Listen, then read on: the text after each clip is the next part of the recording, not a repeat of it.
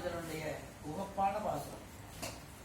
உந்து மதுரளிச்சன் ஓடாத தொல்வழியன் நந்தகோபாலன் மருமகளே நப்பின்னாய் கந்தம் கமழும் குழலீர் அடைதிரவாய் பந்தெங்கம் கோழி அழித்தனகான் மாதவி பந்தமேல் பல்கால் குயிலினங்கள் கோவினகான் வந்தார் விரலைவன் மைத்துனன் வேபால செந்தாமரை கையால் சீரார் வளை ஒளிப்ப வந்து திரவாய் மகிழ்ந்தேலோர் என்பாவாய்.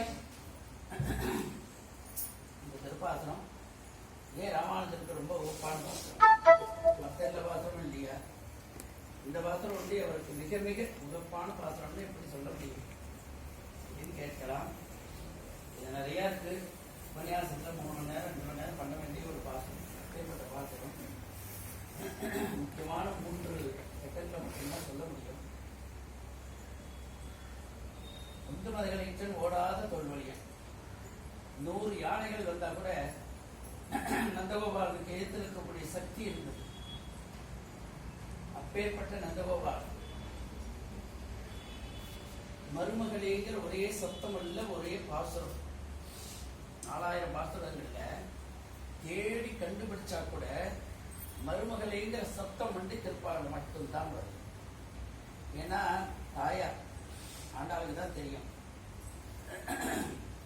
இந்த மருமகள்ங்கிற சப்தம் ஒவ்வொரு குடும்பத்திலையும் எப்படி இருக்கணும், அந்த மருமகளை எப்படி போற்றி பாதுகாக்கணும், அதே மாதிரி அந்த மருமகளும் எப்படி அந்த குடும்பத்தை பாதுகாக்கணும், அதே மாதிரி அந்த மாமனாரை எப்படி அந்த மருமகளை போற்றி பாதுகாக்கணும். இது ரொம்ப அழகான அந்த வரிகள். நந்தகோபாலன் வந்து உலகத்திற்கே நாயகன்னா அந்த நந்தகோபாலனுடைய மருமகள் எப்படி இருக்கணும், அந்த மருமகளுடைய பேர் என்ன? நப்பிள்ளை. யசோதையினுடைய சகோதர ஸ்ரீகும்பர்னு பேர். அவருடைய பொண்ணு நப்பிள்ளை. நப்பிள்ளை அப்படின்னா என்ன அர்த்தம்னா நல்ல பிள்ளை. நல்ல பிள்ளைன்னா என்னன்னா, நம்ம வழக்கில் என்ன சொல்றோம், குடும்பத்துல ஆண் குழந்தையெல்லாம் பெண்கள் நல்ல பொண்ணு அப்படின்னு சொல்றோம், நல்ல பிள்ளை அப்படிங்கிறோம் இல்லையா? அது அந்த காலத்துல நப்பின்னைன்னா நல்ல குழந்தை. யசோதையினுடைய சகோதர ஸ்ரீகும்பர் பேர். அவருடைய அந்த நப்பின்னை அப்படிங்கும்போது ஸ்ரீகிருஷ்ணனுடைய பரிபூர்ணமான உள்ளத்துக்கு இணையவளாக இருந்தவர். மகாலட்சுமியோட சொருப்பம் சொல்லணும் இல்லையா? அதுதான் ஆண்டாளுடைய அந்த இடத்துல ஒரு மகாலட்சுமி தான். ஆண்டாலும் ஸ்ரீ பூமி பிராட்டியார் தான். இருந்தாலும் அந்த பதத்திற்கு இணப்ப அந்த நப்பினையை கொண்டாடுறாங்க. அதுக்கப்புறம் பார்த்தீங்கன்னா இந்த பந்து விளையாடும். இந்த பந்து விளையாட்டை நப்பினையும் ஸ்ரீகிருஷ்ணனும் விளையாடுறாங்க. இந்த பந்துங்கிறது என்ன தாற்பயம் அப்படின்னா, ஏதோ குழந்தைகள் 2 பேரும் விளையாடுறாங்கிறது நம்மளுடைய ஒரு பார்வை. உலகத்துக்கு நாயகனா இருக்கக்கூடிய சர்வேஸ்வரனா இருக்கக்கூடிய பரமாத்மா இந்த கையில, உலகத்துல சுழன்று கொண்டிருக்கின்ற ஜீவன்கள் இருக்கக்கூடிய ஒரு பந்து இந்த கையில. தாயார் என்ன பண்ற, இந்த கையில பந்து, இந்த கையில பரமாத்மா. இதான் அர்த்தம்.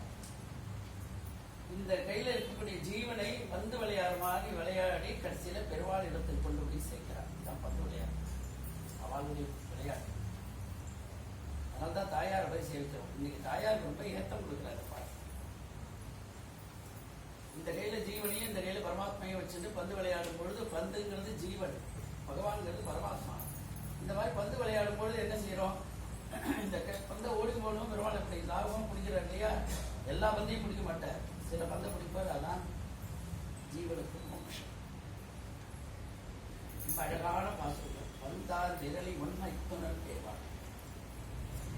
பொறிபொருளுடைய கல்யாணத்துக்கு போது என்ன பண்றோம், வாரணமா இருக்கிற பாசனம் சொல்லி பொறி போடுறோம். அது மைத்தனம் போடுறோம். ஒவ்வொரு அர்த்தங்களும் ஒவ்வொரு பிராமணிகளும் ரொம்ப அழகான முறையில இருந்து பாசனம். இதையெல்லாம் தாண்டி கடைசியில சீரார் வளைவழிப்ப ரொம்ப அழகான வரி.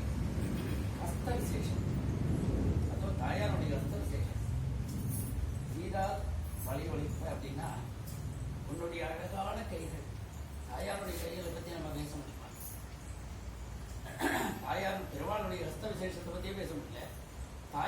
ஹஸ்த விசேஷத்தை எப்படி பேச முடியும்? தாயாருடைய அபயப்பிரதங்கள், அபயப்பிரதானங்கள், ரொம்ப அழகான ஹஸ்தங்கள். அந்த அபயப்பிரதானத்தை முன்னிட்டு தான் தாயார்கிட்ட போய் சொன்னேன்னு அவர் என்ன போலப்பா அப்படிங்கிற மேல பெருமாள்கிட்ட போய் செஞ்சோம். அவர் என்ன பண்ணார்? தாயார் மூலியமா சரி ஓகே அப்படிங்கிற அந்த சீரார் வழியளிப்ப அந்த கையினாலே எங்களுக்கு அந்த கதவை திறக்க வச்சார்.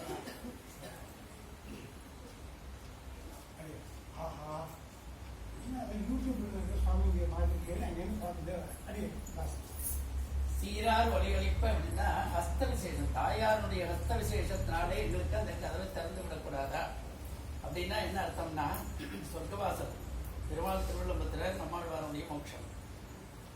அதே மாதிரி நந்தகோபாலனுடைய குடும்பத்துக்குள்ள போய் ஆண்டாளுடைய வைபவத்துல ஒவ்வொருத்தரையா பார்க்கும் பொழுது நந்தகோபாலனை ஆச்சாரியனா வச்சுட்டு நப்பின்னையை ஆச்சரியமாக நம்ம சரணடைவது, நப்பின்னையின் மூலியமாக நம்ம எம்பெருமானை அடைவது, இந்த பாசனத்தின் மிக முக்கியம். அதனால்தான் திருப்பாவையில ராமானுஜர் உகந்த பாசுரம் அப்படின்னு சொல்லும் பொழுது என்னன்னா, இந்த பாசுரத்துக்கு தனி ஏத்தம், அப்பேற்பட்ட ஒரு பாசுரம். இதெல்லாம் உட்காந்து சொல்லணும்னா நிறைய விளக்கங்கள், நிறைய உபமானங்கள் நிறைய.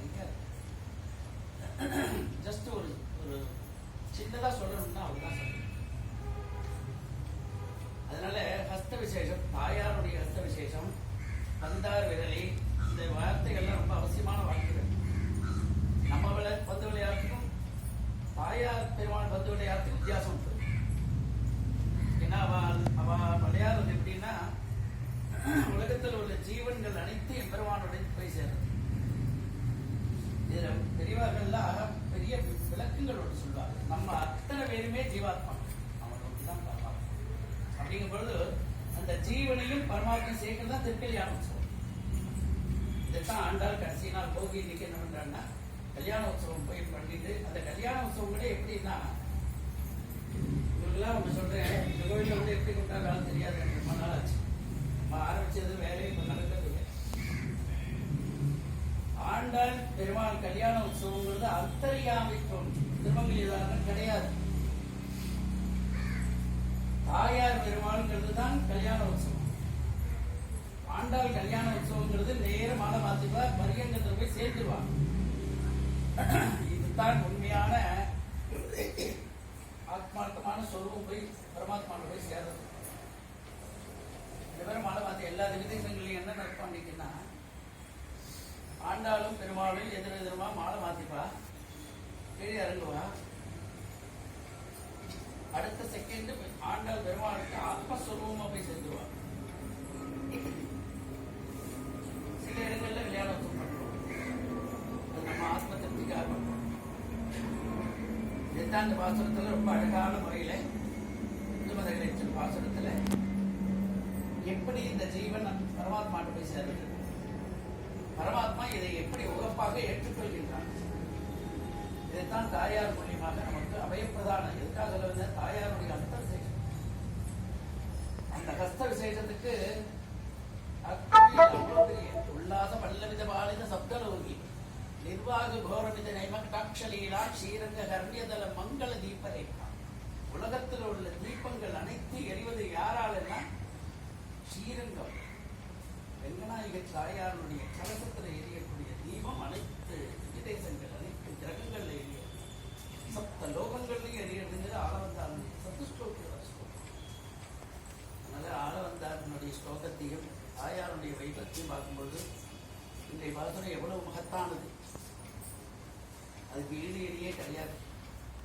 ஆனா நானும் முதல் பாசுரத்திலேருந்து ஒவ்வொரு பாசுரமும் இப்படித்தான் போது ஒவ்வொரு பாசுரமும் இதை காட்டில அது மிஞ்சது, அதை காட்டில இது மிஞ்சது. அந்த 30 பாசுரங்களுக்குள்ள எவ்வளவு ஏற்றங்கள். ஸ்வஸ்தி பிரஜாப்ய பரிபாலயந்தாம் நியாயேன வாக்யேன மகிர்மகேசாம் பிராமணஸ்ய சுபவத் நித்யம் லோகாः